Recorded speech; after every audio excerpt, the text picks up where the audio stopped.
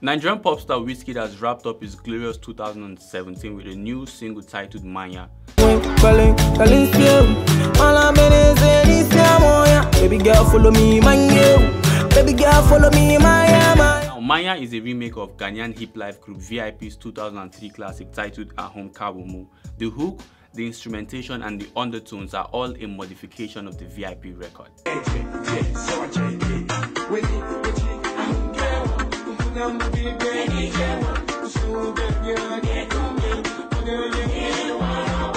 Now over to you. Between Wizkid's version and VIP's version, which do you think sounds better?